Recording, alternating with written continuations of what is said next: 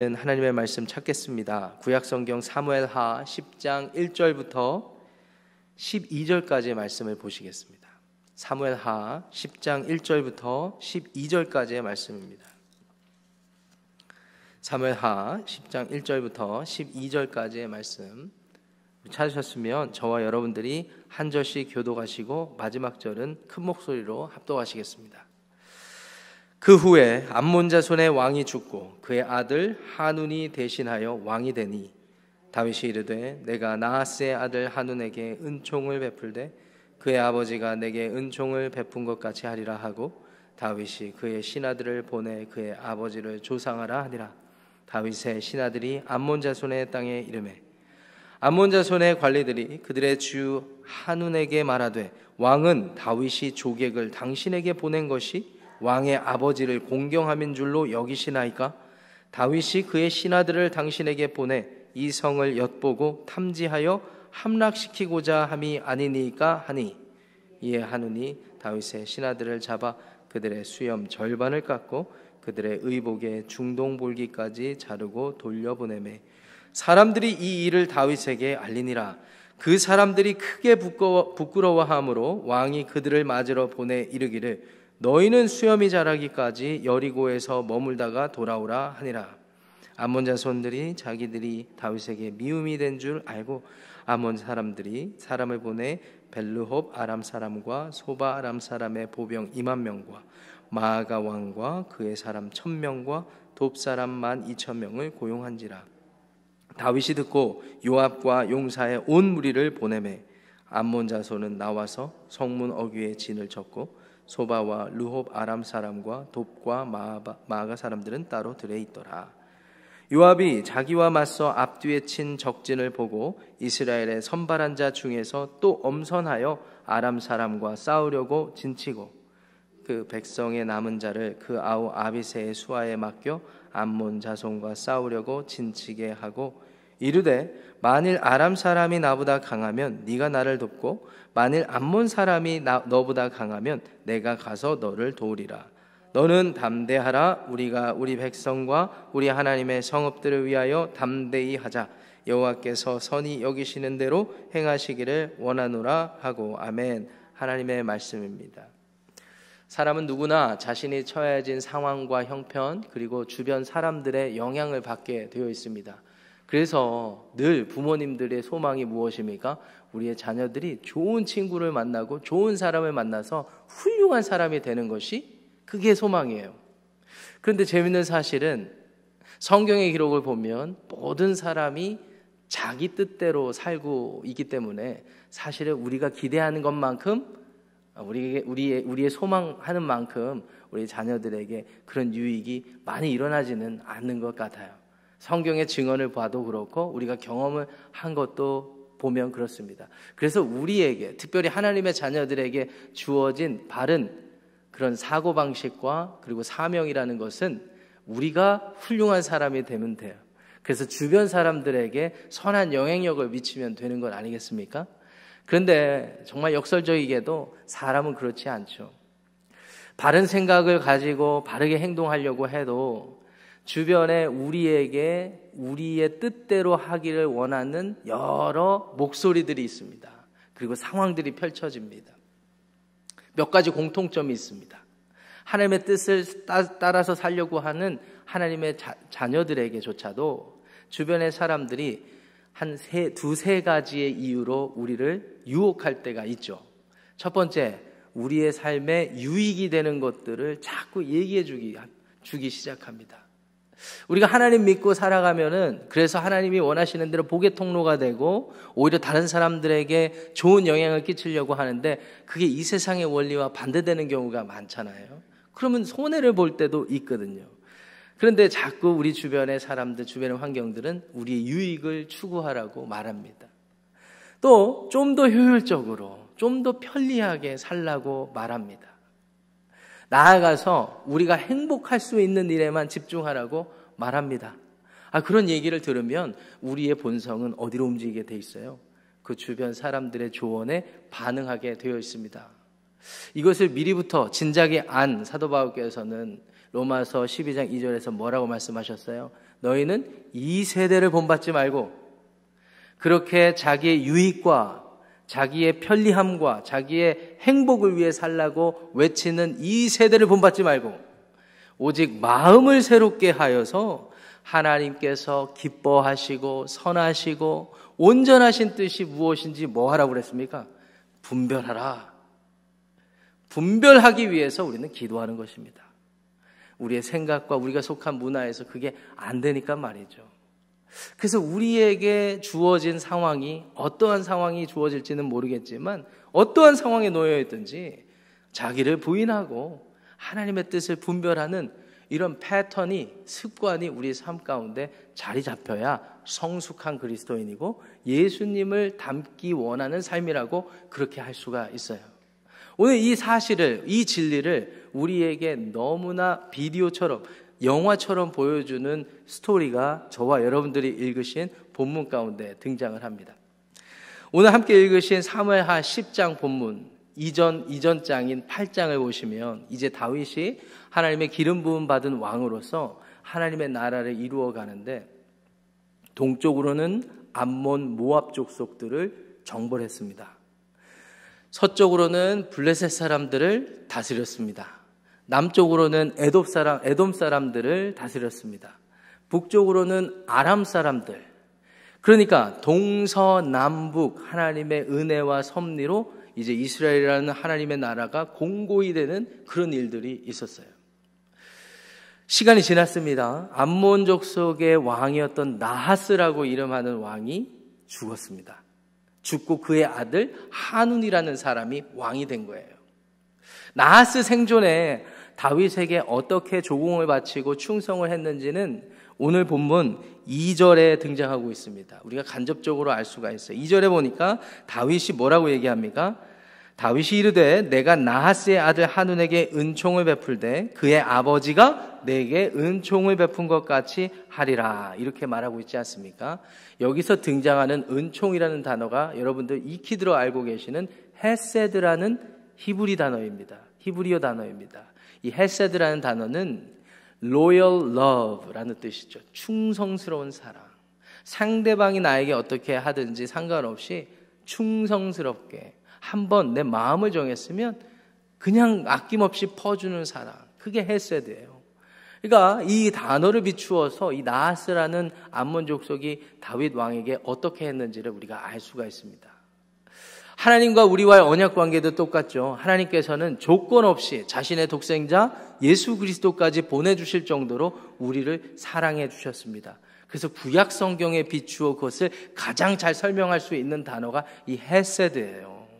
이스라엘 백성들이 한 짓을 보면, 한 행동들을 보면 자신들의 행복과 자신들의 편리함과 늘 자신들의 편리함을 추구하며 유익을 추구하며 살았던 사람들인데 하나님께서는 그런 사람들에게 약속을 먼저 해주시고 그리고 아무리 그들이 어떻게 하든지 때로는 그들을 다그치기도 하고 혼내시기도 하지만 궁극적으로는 그들을 구원하시고자 하는 헤세드의 사랑, 그 은총의 사랑을 놓지 않으셨거든요. 다윗도 그와 같은 은총, 헤세드를 베풀고자 했습니다. 그래서 어떻게 합니까? 신하들을 모았어요. 신하들을 보냅니다. 그래서 조문을 하길 원했어요. 이 나하스 왕이 암몬 족속이 있다는 동쪽 지역에 있었기 때문에 그렇게 가까운 거리가 아니었습니다. 성경학자들의 기록에 따르면 50마일 정도 되는 거리를 가야 되는 거였어요. 이 조문객들이 다윗을 대표하지 않습니까? 마치 우리 예수님의 제자들이 예수님을 대리할 수 있는 것처럼, 그렇게 나타내 보여지는 것처럼 이 조문객들 역시 다윗을 대리하는 거예요. 조문을 하러 갔는데, 조문을 하러 갔으면 이 마음의 진정성을 받아줘야 되는 것 아니겠습니까? 그 사람이 얼마나 지혜롭고 덕스럽고 성숙한지는 상대방의 진정성을 받아들여줄 그릇이 되어 있는가, 그것을 바르게 분별할 수 있는가에 따라서 좌지우지 되는 것 같아요. 그런 면에서 보니까 이 나하스의 아들 하눈이 미성숙한 사람이었습니다. 왜 미성숙한 사람이었는지 3절 말씀 보세요. 3절 말씀.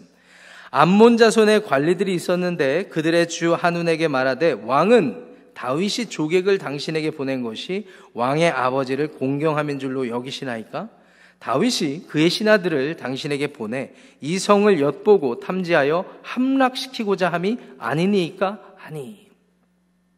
한운은 어떤 생각을 이때 당시 가지고 있었는지는 모르겠지만 중요한 건 한운이 왕으로서 섬길 때 주변 사람들의 말이 기가 막힙니다. 우리는 2절 말씀을 통해서 다윗이 조문객을 보낸 이유를 분명히 알게 됩니다. 그의 아버지 나하스가 헤세드, 충성스럽게 우리 관계를 맺었기 때문에 보답 차원에서, 그리고 친구를 귀히 여기는 마음에서 진정성 있는 마음으로 보냈는데 암몬 자손의 관리들은 뭐라고 얘기했어요? 이건 뭔가 꿍꿍이가 있다. 아니나 다를 것이 이때 당시에 외교 이 관례를 보면 이럴 수 있습니다. 충분히 이럴 수 있습니다. 인간적으로 생각하고 인간의 경험을 놓고 보면 이럴 수 있습니다.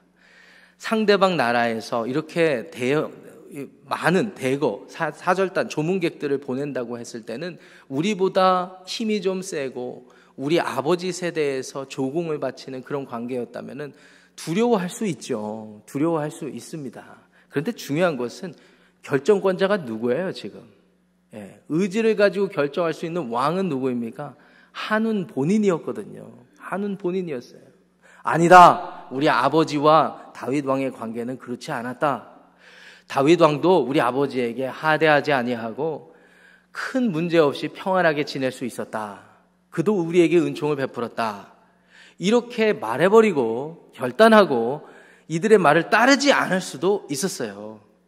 결정을 할 수 있는 위치에 있는 사람이 한운이었다라는 것입니다. 그런데 한운이 불행하게도 어떠한 선택을 했는지 4절 말씀 한번 읽어보시겠습니다. 함께 읽겠습니다. 시작. 이에 한운이 다윗의 신하들을 잡아 그들의 수염 절반을 깎고 그들의 의복의 중동볼기까지 자르고 돌려보내매. 수염 절반을 깎아버렸습니다. 수염을 기르지 않는 저는 별로 그렇게 와닿지 않는 말이긴 하지만 이 고대 근동에서 특별히 유대인 사회에서 수염을 깎아버리는 것은 아주 치욕적인 것입니다. 그리고 의복, 이때 당시 사람들은 큰 가운을 입는 식의 패턴으로 우리 옷을 입고 다녔죠.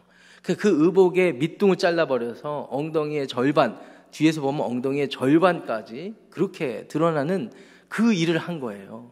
아이 목사님 2022년 패션 아닙니까? 라고 얘기하시면 제가 드릴 말씀은 없습니다만은 이때 당시의 문화에서 보면 치욕스럽고 수치스러운 것입니다. 특별히 조문객이라고 하고 다윗을 대리하는 위치라고 하면 아마 남자들이었어요. 남자들이 그런 일을 당하면 얼마나 치욕스럽습니까? 그래서 이렇게 다윗에게 알려지니까 다윗이 어떻게 했습니까? 여리고성에 머물다가 어느 정도 시간이 지나면 돌아오게 했습니다. 이 다윗은 이 아주 섬세한 사람이었다는 것을 알 수가 있어요. 다윗은 수치를 당하고 치욕을 당한 사람들이 있다는 것을 공감해주고 알아주고 그 상처를 덮어주기 위해서 아무리 이 사람들이 억울한 일을 당했다고 해도 그 상태로 예루살렘 다윗성으로 돌아왔을 때 사람들이 보내는 시선, 그리고 지금 의복 밑이 잘려 있기 때문에 얼마나 부끄러운 상황이고 수염은 이미 이렇게 잘려 있잖아요. 그 모습을 보여주고 싶지 않았던 거예요. 그래서 다윗은 끝까지 이들을 보호해주는 한편 어떻게 합니까? 이제 전쟁을 하게 되는 것이죠. 이 전쟁은 우리가 어떻게 이해할 수 있는가? 하나님의 공의로운 심판으로 이해할 수 있습니다. 다윗이 벌이는 전쟁은 하나님의 공의의 심판이 드러나는 하나의 하나의 상징이라고 볼 수 있겠습니다. 왜 전쟁까지 이루어졌는지는 오늘 6절부터 12절까지 나와 있어요. 이 암몬 자손이 자기들이 한 짓이 이게 잘못된 거라는 걸 알고 상황이 자기들의 판단 미스가 있었다라는 걸 알고 그때 다윗 왕에게 또 돌이킬 수 있는, 그래서 용서를 구할 수 있는 기회가 분명히 있었거든요. 분명히 있었습니다. 근데 저는 아마 이 암몬의 이 자손의 관리들, 이 신하들이 일이 이렇게 됐으면 이런 조치를 해야 됩니다, 또 이렇게 조언했을 거라고 생각해요. 오늘 본문에 나와 있지 않지만 그게 이 세대 사람들, 이 세상 사람들이 사는 방식이거든요. 어떻게 합니까? 과거에 다윗과 적대적이었다고 자신들이 판단하는 아람 지역의 도시 몇 개 국가들, 마아가 사람들, 르홉 사람들, 소바 사람들, 돕 사람들을 모아가지고 부추겨가지고 지금 전투를 벌이는 것입니다. 결과는 어떻게 됩니까? 결과는 참패합니다. 참패해버립니다. 그리고 12절 말씀 보세요. 이 전쟁에 있어서 요압이라는 인물도 굉장히 중요합니다. 물론 요압은 이제 나중에 보면 이 솔로몬 왕이 세워지는 과정에서도 그렇고 이전에 했던 일도 보고 그렇고 좀 뭐 그렇게 완전하고 완벽한 캐릭터는 아닙니다. 그럼에도 불구하고 이 전쟁에 있어서 그의 말과 행동은 굉장히 하나님 편에서 하나님을 대리하는 그런 모습을 보이고 있어요. 12절 말씀 보세요. 12절 말씀 큰 목소리로 한번 읽어보겠습니다. 시작. 너는 담대하라. 우리가 우리 백성과 우리 하나님의 성읍들을 위하여 담대히 하자. 여호와께서 선히 여기시는 대로 행하시기를 원하노라 하고. 이러한 믿음의 고백으로 나아가는 요압을 하나님께서 도우시고 그 전쟁을 이기게 하셨습니다. 이게 오늘 저와 여러분들이 묵상할 본문의 내용이 되겠습니다. 오늘 본문을 여러분들이 이렇게 읽으시면서 어떤 생각이 드셨습니까?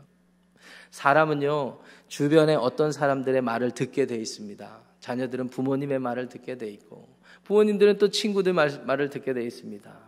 또 목사님들은 또 집사님들과 대화하면서 집사님들 말씀을 듣고, 집사님들은 또 다른 집사님들의 말을 듣고, 지구촌교회 성도들은 주변 교회 성도들과 또 교제하면서 그 말을 듣고, 안 믿는 사람들과도 교제하고, 뭐 이런 우리는 다른 사람의 말을 들을 수 있는 환경 가운데 놓여 있어요. 그 피할 길이 없습니다. 자, 그럼 중요한 것은 한운이 결정권자로서 다른 사람의 말을 들어야만 했던 위치였긴 하지만 바른 결정을 내려야 되는 위치였기도 합니다. 그의 아버지 나하스처럼요. 여러분들은 어떠십니까? 여러분들의 오늘 속한 삶의 상황 속에서, 가정에서, 어떤 사람, 배우자와의 관계에서, 자녀들과의 관계에서 화날 때도 있고, 또 여러분들이 뭐 자기 권리를 주장할 때도 있고, 할 수도 있고, 또 일터에서 부당한 일을 당하실 수도 있고, 여러 가지 상황이 이제 노출되어 있는데, 그때 누구의 말을 어떻게 들으십니까? 어떤 사람이 여러분들에게 어떻게 조언하십니까? 목사님, 저는 조언 잘 해주는 컨설턴트가 있습니다. 근데 한 가지 안타까운 것은 그 사람이 교회를 안 다녀요. 그래서 하나님을 안 믿기 때문에 내가 그 사람을 전도하려고 그래요. 기독교 신앙, 하나님을 믿는 믿음 빼고는 다 그 사람 말을 듣는데, 하나님의 뜻을 분별하는 것, 우리에게 주의를 요구하는 과정이 필요합니다. 교회적으로도 마찬가지죠. 어제 여러분들 중요한 결정에 대해서 광고를 듣고 아마 여러분들 당황하셨을 거라고 생각합니다. 그렇지만 하나님께서 주인 되시고 예수님이 머리 되신 우리 지구촌 교회에 하나님께서 함께 하신 줄 믿습니다. 우리 마음이 뭐 분주하고 혼란한다 하더라도 자꾸 주변에 우리의 다른 생각들, 다른 말들 이런 것들에 휘둘릴 필요가 없다고 저는 그렇게 생각합니다. 그렇게 한운이 주변 사람들의 말만 듣고 어리석은 결정을 하는 것처럼 우리 역시 그럴 때가 있거든요. 그래서 다시 한번 로마서 12장 2절 말씀이 우리 마음속에 좀 새겨졌으면 좋겠습니다. 이 세대를 본받지 말고 오직 마음을 새롭게 하여서 하나님의 기뻐하시고 선하시고 온전하신 뜻이 무엇인지 분별하라. 그것을 놓고 기도하기 위해서 오늘 이 아침도 우리가 주님 앞에 모였다고 생각합니다. 먼저 하나님의 뜻을 구하시는 여러분들이 되시기를 주님의 이름으로 축복합니다. 우리 주 예수님 말씀 드릴 수밖에 없어요. 예수님은요, 마태복음 4장에도 보세요. 사람으로 성육신 하셔서 이 땅에 오셨기 때문에 사탄이 가만 내버려 두지 않습니다. 예수님을 쫓아가서 유혹합니다. 유혹을 받으신 예수님, 유혹을 받으셨지만 유혹을 이기셨어요. 말씀으로 이기셨어요. 왜 그랬을까요? 먼저 이 유혹의 핵심은 예수님은 죽으러 오셨잖아요. 근데 왜 하나님의 아들이 죽냐고 따지는 겁니다. 예수님도 할 말씀이 있어요. 그럼에도 불구하고 침묵하고 하나님의 뜻 때문에 내가 이 자리에 있기 때문에 이 유혹을 다 이기셨던 거예요. 그리고 하나님의 뜻을 먼저 생각하다 보니까 자기를 부인하고 자기를 십자가에서 죽일 수밖에 없었습니다. 그리고 그 하나님의 뜻을 온전히 다 이루신 분이 우리가 믿는 우리 주님 예수님이십니다. 우리가 찬양으로 고백했던 것처럼 우리 예수님이 요구하고 계셔요. 여러분 팬데믹도 잘 지내셨잖아요. 팬데믹 동안 교회 떠나시고 하나님 안 믿는다고 부정하고 떠나신 분들 많으세요. 근데 이 자리, 하나님을 믿는 믿음의 자리를 지키셨다라는 것은 여러분들은 하나님의 자녀라는 것을 나타내신 것입니다. 할렐루야. 하나님의 자녀, 하나님의 뜻을 생각하고 분별하면서 오늘도 힘을 내시고 주님과 동행하는 복된 하루 되시기를 축복합니다. 기도합니다. 하나님, 오늘 말씀을 통해서 우리가 어떤 음성에 귀 기울여야 되고 어떤 생각과 누구의 말에 귀 기울여야 되는지를 다시 한번 돌아보게 됩니다. 하나님, 우리가 처한 상황이 어떠한 상황에 놓여 있다 하더라도 우리의 마음이 동요하지 아니하고 하나님의 뜻을 구하는, 늘 선하시고 우리를 위해서 독생자를 아끼지 아니하셨던, 그렇게 헷세드의 사랑을 베풀어 주셨던 하나님을 바라보는 그런 오늘의 삶이 되기를 원합니다. 우리 지구촌 교회를 위해서 기도하는 마음이 있고 또 사랑하는 마음이 있습니다. 하나님, 우리 마음 가운데 평안을 주시고 지혜를 허락하여 주시옵소서. 우리 성도님들 마음 가운데 함께하여 주셔서 늘 사랑이 넘치고 평강이 넘치고 늘 강건케 되기를 우리 주님의 이름으로 간절히 축복합니다. 이 모든 기도 우리 주 예수님의 이름으로 기도합니다. 아멘.